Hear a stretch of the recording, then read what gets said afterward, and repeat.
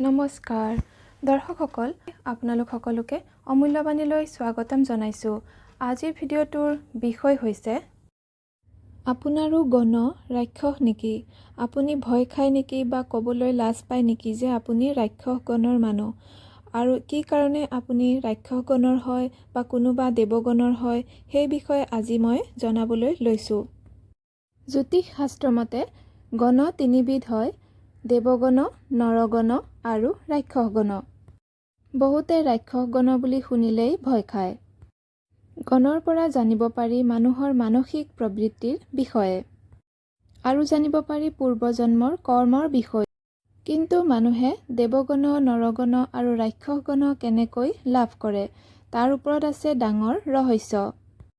হিন্দু দৰ্শন আৰু কৰ্মফল তত্ত্ব অনুযায়ী আমাৰ আত্মা হৈছে অবিনশ্বৰ, মানে আত্মাই কেৱল শৰীৰহে পৰিৱৰ্তন কৰে, কিন্তু আত্মাৰ কেতিয়াও বিনাশ নহয়।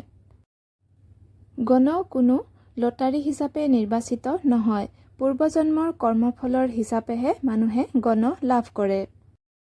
দেৱগণ মানুহৰ দেৱগুণ বা পজিটিভ এনাৰ্জি বেছিকৈ থাকে, আৰু তেওঁলোকে পূৰ্বজন্মত আধ্যাত্মিক সাধনা কৰিছিল, সৎপথত আছিল। সেইবাবে এই জন্মত দেৱগণ লাভ কৰিছে। এই জন্মত দেৱগণৰ মানুহ খুবেই শান্ত, দয়ালু আৰু পৰোপকাৰী প্ৰকৃতিৰ হয়। নৰগণত জন্ম লাভ কৰা মানুহ সাধাৰণতে আগৰ জন্মত সুখ, দুখ, মায়া, মমতা আৰু জাগতিক বাসনাৰ মাজতেই আবদ্ধ আছিল, আৰু তেওঁলোকে সাধাৰণ মানুহৰ মতেই জীৱন যাপন কৰিছিল। নৰগণৰ মানুহে টকা পইচা, পৰিয়াল, সাফল্য আদি উপভোগ কৰিয়েই গোটেই জীৱনটো পাৰ কৰিব বিচাৰে। অৰ্থাৎ এওঁলোক সংসাৰৰ সুখ দুখৰ ভোগী হৈ থাকে। এতিয়া আহিছোঁ বিশেষ চৰ্চিত বিষয় ৰাক্ষসগণৰ বিষয়ে।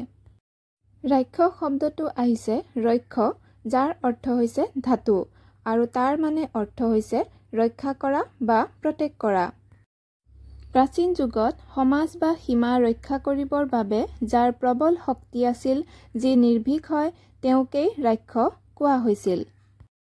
পৰৱৰ্তী কালত এই ৰাক্ষস শব্দটোক বেয়া চকুৰে বা নেতিবাচক অৰ্থত ব্যৱহাৰ কৰা আৰম্ভ হয়।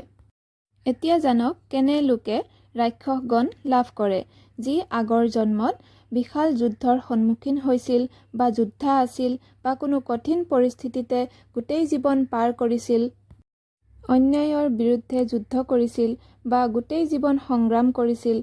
তেওঁলোকেই এই জন্মত ৰাক্ষসগণত জন্ম লাভ কৰে। সেয়েহে ৰাক্ষসগণৰ লোকৰ বৈশিষ্ট্য হৈছে তেওঁলোক স্বাধীনচেতিয়া হয়, বিদ্ৰোহী হয়, আৰু কাৰো তলতীয়া হৈ থাকিব নিবিচাৰে, কাৰো অধীনত কাম কৰিব নিবিচাৰে, আৰু অন্যায় সহ্য কৰিব নোৱাৰে। তেওঁলোক জেদী হয় আৰু যি কাম কৰিম বুলি কয় কৰি দেখুৱায়। তেওঁলোক সাহসী আৰু স্পষ্ট বক্তাও হয়। সঁচা কথা তেওঁলোকে মুখৰ ওপৰতে কৈ দিয়ে বাবে তেওঁলোকৰ শত্ৰু বেছি হয়। তেওঁলোকৰ প্ৰাণশক্তি অন্য লোকতকৈ বহু পৰিমাণে বেছি হয়।